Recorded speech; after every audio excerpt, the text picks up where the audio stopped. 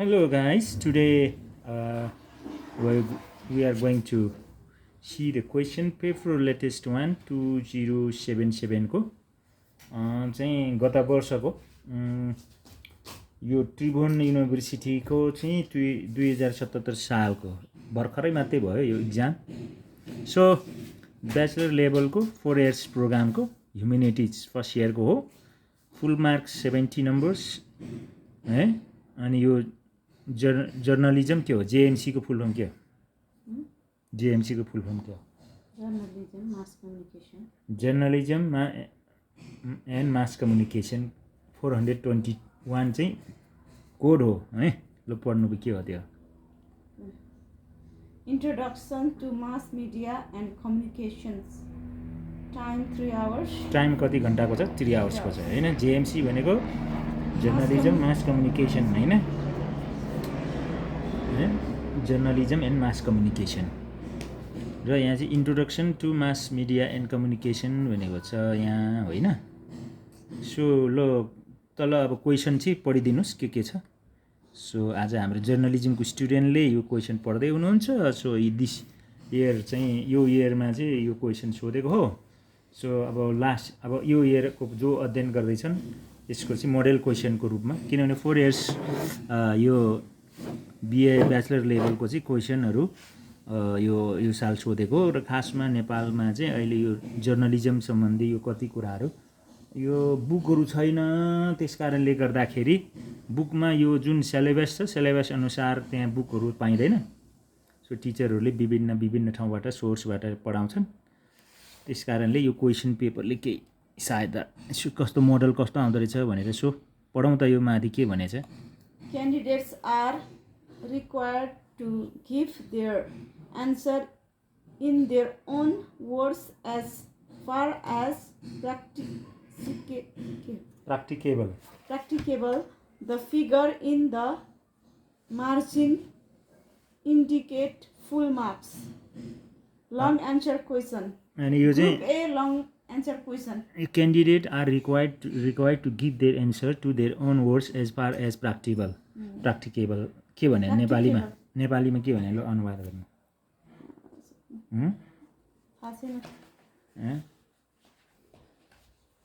So यो के भनेको भन्दाखेरि candidates are required to give their answer in their own words as far as practical भन्नाले परीक्षार्थीहरूले जो सहभागी भएका छ तिनीहरूले चाहिँ सकेसम्म होइन कतैबाट कपी नगरिकन आफ्नै शैलीमा होइन क्वेसनको चाहिँ के दिनु अरे? उत्तरहरू दिनु, प्रश्नको उत्तर दिनु भनेको. The figures in margin indicate full marks भनेको छ तल. त्यसको नम्बर प्रश्न अनुसारको नम्बरहरू के छ त? ग्रुप एमा के छ त? ग्रुप एमा 2 × 15 = 30 एउटाको. अनि यहाँ चाहिँ ग्रुप एमा के छ भन्दाखेरि ग्रुप ए र ग्रुप बी गरेर सोधेको छ. यसको फुल मार्क्स चाहिँ अब 70 हो. 30 मार्क्स चाहिँ कलेजबाट प्र्याक्टिकलबाट अब आउने हो नम्बर होइन. टिचरले विभिन्न प्र्याक्टिकल गराएर बापत. सो यो के छ त ग्रुप एमा? लङ एन्सर क्वेसन छ. Long answer question. अब यसमा चाहिँ दुईटा मात्रै गर्नुपर्छ है क्वेसन है. खासमा यहाँ त्यो एनी 2 क्वेसन भनेर भन्नुपर्ने होइन. तर यहाँ त्यस्तो छैन. खासमा यो ग्रुप एबाट चाहिँ एउटा क्वेसनको एन्सर हल गरे बापत कति छ? 15 मार्क्स आउँछ. एउटा क्वेसनको यो मार्क्स हल गरे बापत 15 मार्क्स आउँछ. 30 नम्बर आउँछ यो है. अब त्यो त गर्नु पर्यो नि त पुरै लङ एन्सर क्वेसन. ल describe the evolution of mass media in the context of the world within special focus on print media. Print मिडियाको बारेमा फोकस गरेर यसको नेपालीमा चाहिँ यसलाई अनुवाद गर्दा के भन्छ? कसरी यो मास मिडियाको सुरुवात भयो भन्ने कुरा चाहिँ नि त्यसको बारेमा व्याख्या गर्नु भनेको छ आफ्नै भाषामा आफ्नै शैलीमा. विशेष गरी प्रिन्ट छापा मिडियाको बारेमा के बुझेको छ त्यही आफ्नो बुझाइअनुसार अहिलेको कन्टेक्स्ट सो यहाँ describe the evolution of mass media होइन in the context of the world with special focus on the print media भनेको संसारमा चाहिँ है यो विश्वमा मास मिडियाको विश्वको यो कन्टेक्स्टमा विश्वको सन्दर्भमा मास मिडिया है को इभोल्युसन त्यसको उत्पत्ति सुरुवात कसरी भयो त्यसको वर्णन गर्ने व्याख्या गर्ने with special focus on print media र यसमा चाहिँ विशेष प्रिन्ट मिडियाको लागि चाहिँ फोकस गरेर त्यसको एन्सर दिनु भने है यहाँ जिम गर्दैछ के भएको यो कहाँ के भइरहेछ थाहा छैन आई एम नट स्योर होइन सो नम्बर 2 मा क्वेसन के भन्दैछ भनेपछि यो क्वेसन 1 नम्बर चाहिँ सजिलो थियो त्यो गर्नेले छोडे जस्तो छ What is social media? Analyze the recent trends of social media in a developing country like Nepal. र के भनेको यो What is social media? Social media भनेको के के रे नेपालीमा के भन्छ सामाजिक सञ्जाल भनेको के हो Analyze the recent trends of social media in a developing country like Nepal. Nepal जस्तो राष्ट्रको निम्ति यो यसको बारेमा सोशल मिडियाको बारेमा अहिलेको भएको कुराहरू ट्रेन्ड कसरी चलिरहेछ भने रिसेन्ट ट्रेन्ड भनेको है रिसेन्ट अहिलेको ट्रेन्ड त्यसलाई चाहिँ विश्लेषण गर्नु अरे नेपाल जस्तो विकसित देशमा विकासशील देश डेभलप भइसकेको छ नि त विकासको गतिमा छ त्यस्तो देशमा चाहिँ अहिले हालसालैको ट्रेन्डमा चाहिँ हैन सोशल मिडियाको कस्तो प्रभाव पारेछ भन्ने कुरा हो ओके सो नम्बर 3 मा अब यो क्वेसन बुझ्ने अनि क्वेसन बुझेर एन्सर दिने गर्नुपर्छ क्या पहिले क्वेसन राम्ररी बुझ्नुपर्छ के क्वेसनले कस्तो खालको एन्सर खोजेको छ how does verbal communication differentiate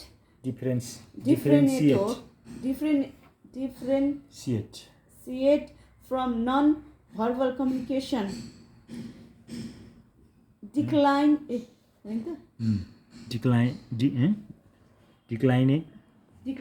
with the example एकदम त्यसको भर्बल कम्युनिकेसनको डिफ्रेन्ट फ्रम नन भर्बल यो दुईटा कम्युनिकेसनको बीचको भिन्नता लेख्नु भनेको छ अनि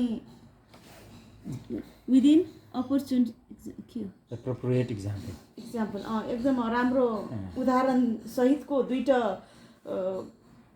भिन्नताको बारेमा लेख्नु भनेको छ how does verbal communication differentiate from non verbal communication हजुर अब भर्बल कम्युनिकेसन र नन भर्बल कम्युनिकेसनको बीचमा चाहिँ फरक छुटाउनु पर्यो भिन्नता अनि यसलाई चाहिँ सुइटेबल एप्रोप्रिएट भनेको उपयुक्त इक्जाम्पल सहित उदाहरण सहित त्यसलाई चाहिँ व्याख्या गरेर अथवा छुटाउनु पर्यो भने अब यसमा जुन गरे पनि दुईटा गर्ने हो तीनैवटा गर्नु पर्दैन हैन क्वेसनले दुईटा मात्रै मागेछ नि त यहाँ 2x15 भनेको छ हैन त्यसले गर्दाखेरि छान्ने आफूलाई जुन सजिलो हुन्छ त्यो गर्ने ओके अब ग्रुप बी मा 40 मार्क्सको नम्बर छ है क्वेसनहरु छ यी short answer question group B मा के भने चाहिँ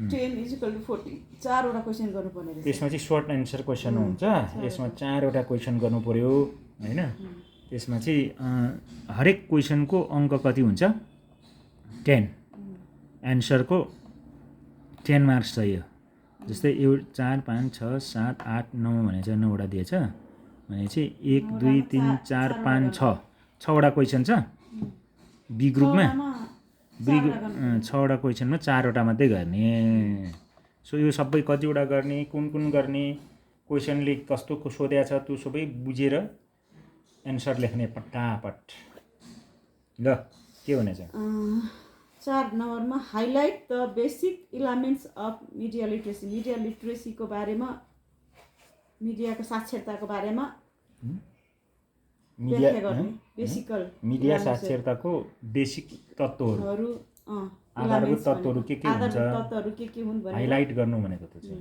हैन हाइलाइट गरेर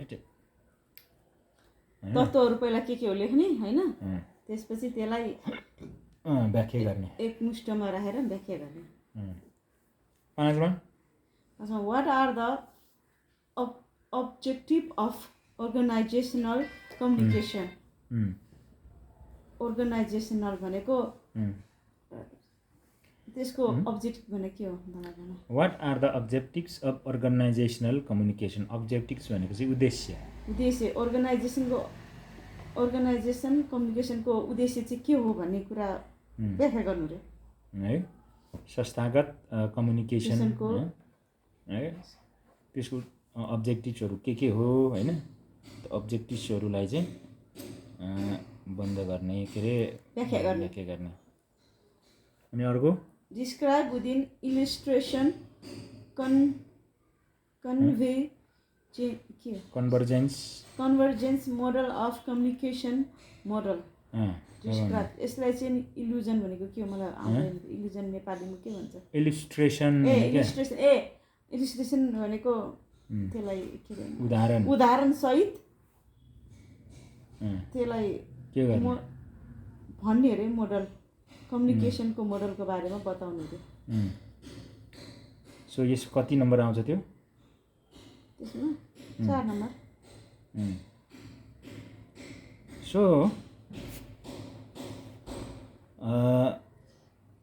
हामीले कन्भर्जेन्स विभिन्न दिशाबाट आएर मिल्ने काम ओइरिने काम भन्छ नि हैन what are the objectives of के रे इलिस्ट्रेसन मोडल अफ कम्युनिकेसनको नमुनालाई चाहिँ एकत्रित गरेर उदाहरण सहित हैन डिस्क्राइब गर्नु पर्यो त्यो सो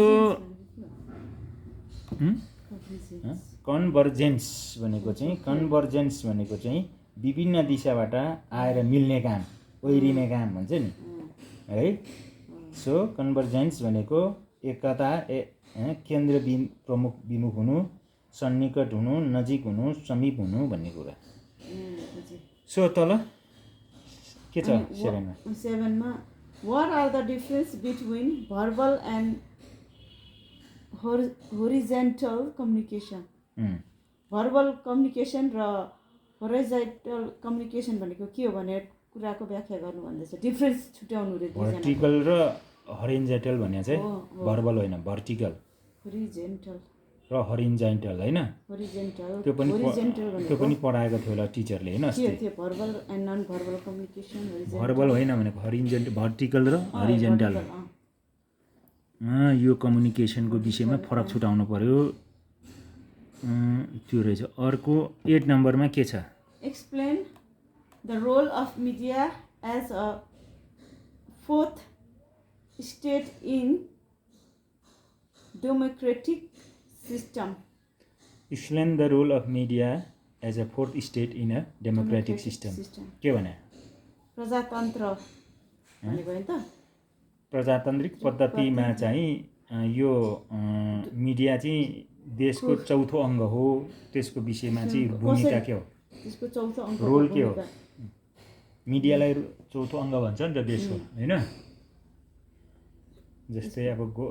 जस्तै देशको प्रमुख अङ्ग भनेको पार्लियामेन्ट के रे यो कार्यपालिका व्यवस्था कार्यपालिका सोसियोलोजीमा तपाईले मलाई सिकाएको थियो कार्यपालिका भनेको सरकार व्यवस्थापिका भनेको संसद न्यायपालिका भनेको है अदालत अनि यो अङ्ग भन्थे अब अर्को अङ्ग चाहिँ के त यो मिडिया चाहिँ चौथो अङ्गको रूपमा लिन्छ भने क्या अब यसको रोल के हो त चौथो अङ्गको मिडियाको रोल क्या सो अर्को लास्टमा describe the relation between media and society media र सोसाइटी समाज मिडिया र समाजको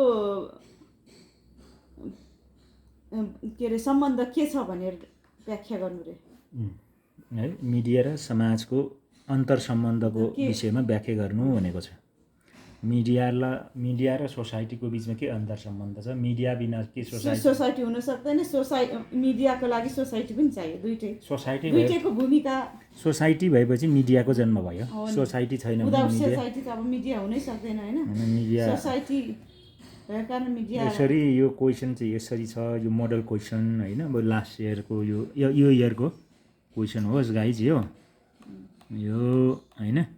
सो यस्तो छ यो।